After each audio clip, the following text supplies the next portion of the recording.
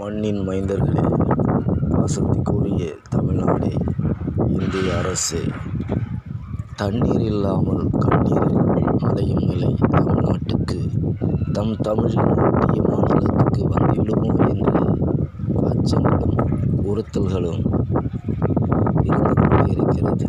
இன்றைக்கு எத்தனையோ தலைவர்கள் காணொளியின் மத்தியில், மகனே மகளே, நீ தண்ணீர் இல்லாமல் உன் இளைய சங்கதிகள் எல்லாம் பூச்சிகளும் மீன்களும் சென்று கொண்டிருப்பது போல் நிலை இன்று உருவாகி இருக்கிறது. அந்த உருவாக்கத்தை உணர்ந்து கொள்ளுங்கள். தயவு செய்து அதை புரிந்து கொள்ளுங்கள்.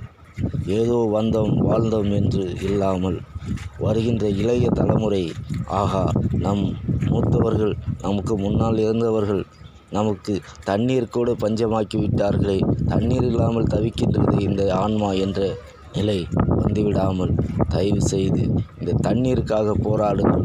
நல்ல மழைநீர் வரும்போது தமிழ்நாட்டிலே தண்ணீரை சேமித்து வைத்து பூச்சி புழுகளெல்லாம் சென்று கொண்டிருக்கிறது மண்ணிலே.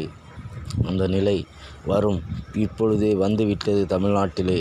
அதை நமது பிரபாகரனுடைய தம்பி விடுதலைக்காக, ஈழத்தமிழர்களுக்காக போராடிய பிரபாகரனுடைய தம்பி மதிப்புக்குரிய சீமான் அவர்கள் இன்று காணொளியிலும் அரசியல் நோக்கத்துக்காக அவர் பாடுபடவில்லை.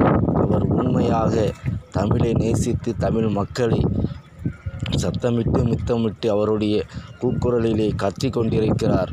அதை நாம் காதில் வாங்காமல் இன்று அரசியல் மோகத்துக்காக ஒவ்வொருத்தரும் அரசியல் பேருக்கும் புகழுக்கும் புரட்சி கொண்டு இன்றைக்கு புரட்சியாளராக மாறிக்கொண்டு பல்வேறு கட்சிகள் உருவாக்கப்பட்டிருக்கிறது. அது ஆகட்டும்.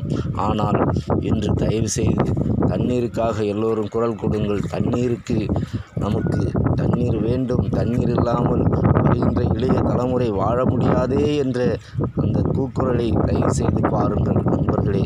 தயவு செய்து தண்ணீருக்காக எல்லோரும் காணொளியில், நம் நாட்டில் தண்ணீர் இல்லை என்றால் வாழ முடியாது.